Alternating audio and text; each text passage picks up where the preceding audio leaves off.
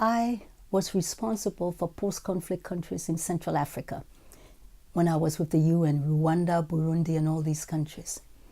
And therefore, come now to Liberia, is the issue of the destruction of the spirit of the individual. We tend not to place high priority on that. We tend to forget that people have been traumatized, that it was not only the physical destruction, but the individual has been destroyed.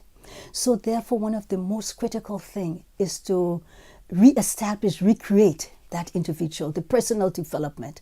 We tend to forget it. If you don't do that, all your reconstruction can be destroyed overnight. Very important. So the individual for the social fabric of the society. Second item is the issue of building confidence in the rule of law and security.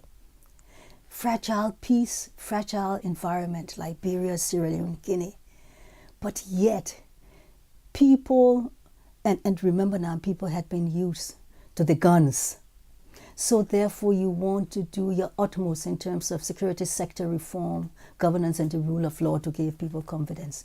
And thirdly, very important, is the issue of youth unemployment and employment. I listened to one of your interviews with one of your colleagues on Rwanda and the youth employment problem.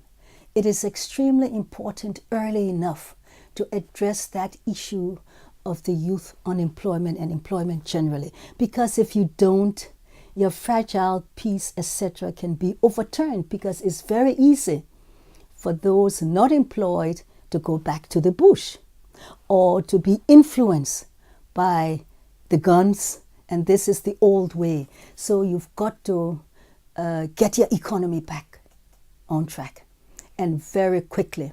In our case, we were caught in the financial crisis in the world a few years ago when everything fell apart. We were supposed to have started exports of our iron ore and our rubber 2 years back, but because of the international crisis, we have metal steel. Metal steel was supposed to start production 2 years ago, December. And that would have meant employment and regeneration in the economy.